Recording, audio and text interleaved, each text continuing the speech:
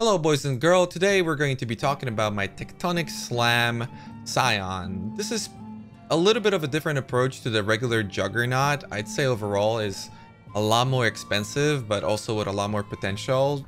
It's pretty similar to what the old school Reavers were. I say old school because nowadays nobody really plays Reave, at least currently, with the offhand weapon changes and whatnot. So the skill tree is almost identical, and yes, it utilizes 2 Mights of the Meek and also a Unnatural Instincts, which is partially why it is so expensive. This isn't going to be like a fully complete guide. I think the build overall is quite powerful. However, the playstyle itself is just not necessarily for me. I managed to get to about 89 before I unfortunately just kind of got bored of Tectonic Slam, but I know a lot of people are having fun with it, and again, a lot of people were asking for just a higher potential Juggernaut, so that's what we're coming out with. Our main hand weapon is Onigoroshi. There's been a lot of experimentation, especially by Onyu from my stream, as to what would be the best weapon for a setup such as this one. In my opinion, it does land on the Onigoroshi, but if you get powerful enough rare foils, especially with the new mods that grant you critical strikes multiplier when there are rare mobs around and whatnot, you can get 2 better weapons. But considering an Onigoroshi is probably around 2 Exalted Orbs in your league, I purchased mine on the Hardcore Betrayal League for 2 Exalted Orbs. You're probably gonna have to invest for quite a bit to get a better weapon, and honestly, as soon as you start playing the build, you'll realize that damage is absolutely not its problem. We deal with any boss, any syndicate member, just about anything, honestly, that I've encountered so far, the maps that I've run, just about instantly. We just kill everything. The Tectonic Slam itself just does tremendous damage, especially if you have adds that grant you endurance charges. It's obviously a little bit extra damage from the charge slam. And then also we have a 5-link, in my case, Volt Double Strike. You can boost this up to a 6-link. On top of that, we've got a War Banner. You can also link it up with increased duration, which I initially had, but I quickly removed it because just about everything died under those 2 seconds. And also a Vol Ancestral War Chief that can boost our damage twice because you get damage from the initial War Chief, and then also the Vol Ancestral War Chief counts as another portion of extra damage for both of your abilities. Not to mention that a lot of the times, if you are maybe running a little bit more difficult content, you're going to be using combustion instead of increased area of effect on your main hand setup, on your main setup. So that also increases the damage of your Volt Double Strike, as we do convert a pretty large chunk of our damage to fire.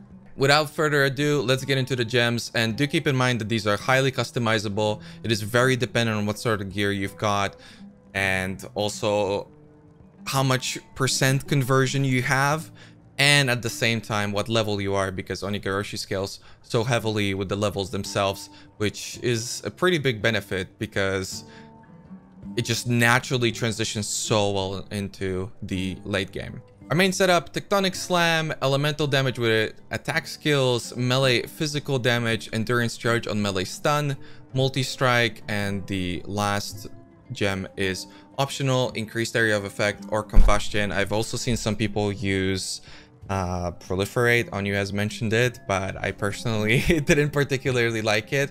However, do keep in mind that if you were to have just a 5-link, you absolutely want to be using the combustion, as it is a much greater damage increase overall than any of the other gems that you've got available, as we convert 85% of our damage, and then we've also got the extra damage from the embrace of the Onigoroshi. Since this is a Slayer and Elementalist Ascendant, some people might opt to use damage on full life, but in my opinion, it doesn't really grant you enough in comparison to melee physical. So basically, it will give you more damage than melee physical in most situations. Again, this kind of depends on your gear. However, when you need it the most, when you need damage the most is in situations when you're dying, right? So you're losing a lot of life. You want to deal a lot of damage to get rid of the danger, in which case damage on full life stops working. Therefore, you're putting your character at an even bigger risk / lowering your damage. So as much as it is overall a greater damage increase, you don't really need it on average. But in those sketchy situations, a melee physical will help you quite a bit more. For our Vol Double Strike, we ended up with Vol Double Strike, Ruthless, damage on full life, chance to bleed, and melee physical damage. I did end up only going for a 5-link. I think if you were to go for a 6-link, you can maybe even use added fire. Honestly, you'd have to do some calculations as this might change. The reason for the chance to bleed is because we don't really have a whole lot of sources of bleed, and Vol Double Strike's damage is quite dependent on the mob bleeding. And as we do convert 85% of our damage, we still have some physical damage left over. Therefore, we can utilize something like that for very high single target deeps. The rest of our sockets are, again, pretty highly customizable, but the things that I went with is the faster attacks, leap slam, blood magic, fortify combo. I highly recommend you get a 4-link here. The blood magic is absolutely worth it. You can use whirling blades if you prefer. That's totally fine too. But especially if you don't have 2 Mites of the Meek immediately, you won't have access to those mana nodes, and your mana might even be a problem on your main setup. So if you're lower level especially, because we do take up 85% of our mana reservation, so it only leaves just about enough mana for 2 or 3 attacks. So the blood magic goes a long way, and honestly we don't really need the 4-link for anything else, as our other setup is cast when damage taken, immortal call, increased duration, and I've got a standalone Herald of Ash here, or a War Banner, because I'm sure some of you guys will opt to link the increased duration with the War Banner. Honestly, in my experience, everything just died before that even made a factor, so I just chose to stick with the higher amounts of mana. Therefore, you can use a 3-link or a 4-link over here. And as for the last 4 sockets, as these aren't particularly related, it's Blood Magic, Herald of Purity, War Banner, and Arctic Armor. So again, the War Banner absolutely replaceable with the Herald of Ash. If you want, you can switch them around if you want to have it linked to the increased duration. The reason why I'm using Arctic Armor is because, well, one, it's pretty good and we have a leftover socket, but also I ended up not having access to Aspect of the Spider, which is probably what I would recommend. I'd say the Arctic Armor itself, especially on a Scion, works out well enough. You can totally go for that, but Aspect of the Spider is simply so crazy that you kind of feel silly for not getting it. It's just an incredibly powerful ability, so that's what I would recommend, especially if you're looking to deal damage, as it does obviously give you a multiplier. And then also in my chest piece, I've got the loose link of Ancestral War Chief, so the Vol Ancestral War Chief. And again, if you were to get rid of if you were to get the Aspect of the Spider, and you get a 6-link Lore Weave, which I don't necessarily recommend, but if you have too much money, you can obviously get the 6-link on the Vol Double Strike, and then that way you move the Ancestral War Chief instead of the Arctic Armor, use the Aspect of the Spider, and you save yourself a socket that way. But in general, in my experience, I rarely ever had an opportunity to use the Ancestral War Chief, as, you know, it does take up a second to cast. So typically it was just better to attack or unleash the boys from my Vol Double Strike to kill the boss instantly. Gear wise, generally you're going to be focusing on getting a Charged Slam enchant. I highly recommend this. The 20% chance to create a Charged Slam helps out a lot, because we don't have access to as many endurance charges as a Juggernaut does. So this greatly increases the consistency, and it doesn't actually eat up endurance charges, so you don't have to be worried about that. Obviously the Lore Weave on the chest piece. Obviously we're using the Onigaro Shield, though, as mentioned, that is customizable. For gloves, I would recommend Insanity Essence crafted gloves. Try and get as much life, try and get accuracy. Like in my case, you want to have an open prefix for the 25% of physical damage converted to fire damage craft. as this puts us at 85% and allows us to just further scale our abilities through elemental damage and whatnot. The big part of our gear is the cursed enemies with level 12 Assassin's Mark on hit ring. This, I know, can be a problem for many, but it has become a lot easier to get now as multi-crafting is significantly more available, and generally the mods are a lot stronger too. So the mods that I ended up with, as you can see on the screen, are just, you can have multiple crafts, add 7 to 10 physical damage, so the highest physical damage craft. We've also got a increased global critical strikes chance, which is the same mod as the 22% to critical strike multiplier if you've shot an enemy recently. This is one mod. Also with increased life, but this is also customizable. Maybe if you're feeling like dealing more damage, you can get fire damage here. And then our last prefix is the 16% increased elemental damage with attack skills, which also is customizable. You can totally go with just increased damage. That's up to you. I'm sure you can POB what sort of stat is going to be better for you. And for the rest of our gear, just try and get life, try and get critical strike multiplier, try and get int with a little bit of accuracy, as again, we are not a jug. So we don't get nearly as much accuracy as a jug would, but fortunately we can totally fix it with gear as we have a lot of suffixes available. So yeah, I would say for your amulet, try and get life, try and get some critical strike multiplier, try and get some int, possibly on a lapis base. Obviously you want to be getting physical damage, as scaling the flat physical is the highest amount of damage that we can get out of just about anything. For my belt, I ended up with just a double resistance belt. Obviously you can go for triple resist, but in my case it's double resistance with a ton of life, some strength, and then also an open prefix for a Edwa craft. And my boots are simply a pair of Titan Greave boots, although I would recommend evasion bases for just about anything with just a little bit of movement speed. Obviously we're going to be leap slamming a lot, but you want movement speed, you do want the life, and I would highly recommend for your enchants that you get the added fire damage, as it is a pretty substantial amount of damage. So probably the trickiest part of this build, and why I would recommend it to more experienced gamers out there, it's the fact that it's a Scion. It's a Scion, so leveling is a little bit tough. Obviously, you don't have access to as many powerful nodes immediately unless you've got 2 Mites of the Meek and a Natural Instinct. That's the one. If you do, you can totally slap those on and it is going to be probably pretty good. But if you don't, yeah, we just don't have enough damage immediately. The Onigarashi helps with it a lot, but do keep in mind that it's going to be a little bit clunky.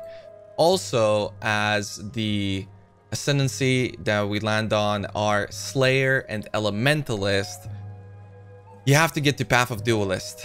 The skill tree just, there's no better way of doing it. We have to path through Duelist. So for the leveling stages, I would highly recommend that you simply go to Constitution, the Scion Life Wheel, then travel down next to Berserking and Duality over to the Duelist, pick up whatever you find useful over there. Maybe you want to go to the Marauder, pick up Warrior's Blood, pick up Heart of the Warrior, Born to Fight, Strong Arm, and path all the way to Resolute Technique, unless you want to play crit immediately, but I wouldn't necessarily recommend it. I think the Resolute Technique goes a long way in the early stages of the game. And yeah, eventually, once you've reached the Merciless Lab, you gotta get that Path of the Duelist. You're gonna have to respec your skill tree quite a bit. In my case, this was right before I killed Kitava, so do keep in mind that you're going to be stuck on the worst skill tree for quite a large portion of your leveling, so try to pay attention and pick up all the right nodes that you might deem most useful at the time. But I would recommend that you travel over to the Marauder initially, and you don't spread yourself out too thin, because a lot of Scions do run into that trap of just going all over the skill tree without actually picking up the nodes that are most useful next to your points that you've already got. And naturally, this also leaves you with picking up the Elementalist itself as your final nodes, as you're going to be doing Uber Lab last. The reason why we chose Elementalist is simply because I like the comfort of being able to run any map. So we're immune to physical damage, we're immune to elemental damage. The damage penetration is a huge factor, as we don't get a whole lot of penetration really anywhere on the skill tree. The 40% increased effect of heralds on you is also massive. As I mentioned previously, the increased physical damage just goes such a long way. So this way we boost up our herald, we boost up our herald of purity, we boost up our herald of ash.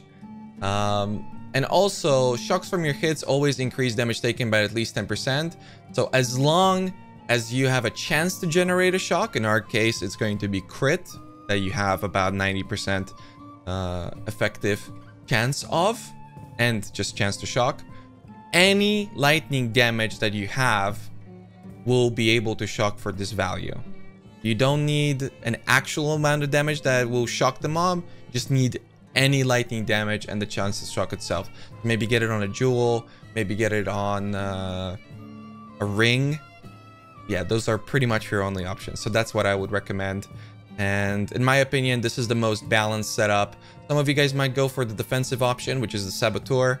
It's very nice. I would highly recommend it if that's what you prefer. If you're looking to get more damage, maybe Inquisitor is going to be an option. Honestly, it's pretty close between Elementalist and Inquisitor. In my case, Elementalist with my setup came out on top, but Inquisitor also offers other things. And a lot of you guys are probably also going to be recommending or trying out Pathfinder. I personally am not a huge fan of Pathfinder. I like the just keeping up the speed throughout the entirety of the map, so I always have flasks active and I never run into a problem with that. But the build does struggle a little bit with attack speed, especially until you have that unnatural instinct implied or implemented. So the attack speed goes a long way. Nobody ever gets mad about movement speed.